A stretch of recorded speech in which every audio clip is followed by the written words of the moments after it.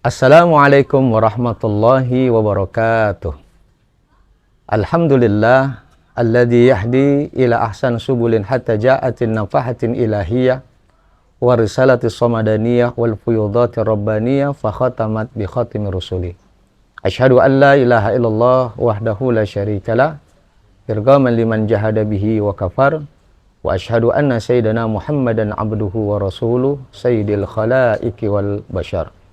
Allahumma fasalli wa sallim wa barik wa karim wa syarif wa azim ala man kanat hasanatuhu la tuhsa an-nabiyil mustafa wa rasulil muqaffa wa ala alihi wa sahbihi wa kafati ahli sidqi wal wafa amma ba'du. Qala Allah ta'ala fi kitabihil karim a'udzu billahi minasyaitonir rajim syahrul ramadan alladzi unzila fihil qur'an hudal linnasi wa bayyinatin minal huda wal furqan. Sadaqallahul azim wa sadaqa rasulul nabil habibul karim wa nahnu ala dzalika minasyahidin wasyakirin walhamdulillahi rabbil alamin. Para pemirsa yang dimuliakan Allah Subhanahu wa taala, wabil khusus kepada warga Lengkong Wetan, keluarga besar MUI Lengkong Wetan, alhamdulillah bertemu kembali dalam kajian kita pada kesempatan hari ini di dalam tasawuf modern yang dikarang oleh Buya Hamka. Di dalamnya terdapat sebuah kisah. Kisah seorang raja Iskandar Dzulkarnain yang ingin menaklukkan sebuah kota. Namun sebelum beliau berangkat ke negeri tersebut, maka sang raja pun berpesan kepada prajuritnya, nanti malam kita akan berangkat untuk menaklukkan satu kota. Dan nanti malam juga kita akan menyeberangi sungai. Bila kalian nanti menyeberangi sungai, apapun yang kalian injak, maka ambillah. Itulah perintah sang raja Iskandar Dzulkarnain. Maka mereka memberikan pemahaman yang berbeda-beda antara satu dengan yang lainnya. Maka kemudian berangkatlah mereka untuk menuju ke tempat yang nanti mereka akan taklukkan tersebut. Benar saja, ketika malam-malam mereka melewati sebuah sungai. Maka ketika menyeberangi sungai tersebut, maka terbagilah prajurit ini menjadi 3 golongan. Prajurit yang pertama adalah mereka yang punya prasangka bahwa untuk apa kami harus mengambil sesuatu yang kami injak, sedangkan peralatan peperang ini sudah cukup berat. Ada senjata yang mereka mesti bawa, ada bekal yang mesti mereka bawa. Kalau ditambah lagi dengan apa yang mereka injak dan mereka pikir itu hanya batu biasa, maka akan memberatkan mereka. Maka kelompok yang pertama ini, prajurit yang pertama ini, mereka tidak mengambil apapun dari apa yang mereka injak. Kemudian golongan yang kedua adalah mereka yang mendengarkan apa yang disampaikan oleh sang raja. Meskipun bawaan sudah berat, dengan senjata yang mereka bawa, perlengkapan yang mereka juga bawa, mereka hanya mengambil beberapa saja yang mereka injak. Mungkin 2 atau 3 yang mereka injak.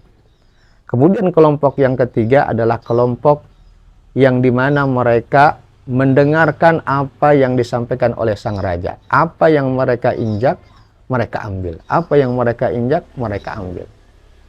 Maka kemudian sampailah mereka di seberang sungai, mereka beristirahat, maka sang raja pun menyampaikan kepada prajuritnya, wahai prajuritku, tadi malam apa yang kalian bawa, apa yang kalian injak dan kalian bawa, maka sekarang keluarkan. Maka mereka mengeluarkan apa yang mereka bawa. Betapa terkejutnya mereka bahwa yang mereka bawa, apa yang mereka injak itu ternyata adalah intan permata. Maka kelompok yang pertama, betapa menyesalnya dia, karena dia tidak mengambil satu batu pun, satu apapun yang mereka injak. Menyesal sudah. Dan mereka tidak bisa lagi balik ke sungai tersebut. Kelompok yang kedua bahagia, namun juga merasa menyesal. Karena mereka tidak mengambil seluruhnya, hanya mengambil beberapa saja. Dan berapa bahagianya kelompok orang yang ketiga, karena mereka mengambil setiap apa yang dia injak dan mendapatkan intan permata yang begitu banyak dan menjadi keuntungan bagi mereka. Para pemirsa yang dimuliakan oleh Allah Subhanahu wa Ta'ala, dari cerita ini, kalau kita ibaratkan sungai tersebut adalah Ramadan, maka Ramadan juga memberikan berbagai macam hadiah-hadiah dari Allah Subhanahu wa Ta'ala. Maka ada 3 sikap juga ketika orang memasuki daripada bulan suci Ramadan. Kelompok yang pertama adalah kelompok yang masuk bulan suci Ramadan tapi tidak mengambil apapun. Puasa tidak, jangan sholat tidak dia lakukan, baca Quran dia tidak lakukan. Dan betapa menyesalnya nanti orang ini tersebut ketika nanti di akhirat, bahwa betapa besarnya ganjaran yang Allah akan berikan kepada orang-orang yang mengisi Ramadannya dengan perintah-perintah Allah Subhanahu wa Ta'ala. Lalu kelompok yang kedua, mereka yang memasuki bulan suci Ramadan hanya sekedar memenuhi perintah saja, menggugurkan kewajibannya. Di saat diperintahkan puasa, ya dia sekedar puasa. Diperintahkan untuk sholat di dalamnya, hanya melaksanakan sholat di dalamnya. Tidak mendapatkan yang lebih, hanya memperoleh apa yang hanya diperintahkan oleh Allah Subhanahu wa Ta'ala. Dan kelompok yang ketiga adalah orang yang begitu masuki bulan suci Ramadan, dia sudah mempersiapkan diri. Apapun yang ada dalam bulan suci Ramadan, dia ambil. Di dalam bulan suci Ramadan ada tadarus Al-Quran, dia bertadarus Al-Quran. Di bulan Ramadan ada puasa, dia melaksanakan ibadah puasa. Di dalam bulan Ramadan ada sedekah, dia melakukan sedekah.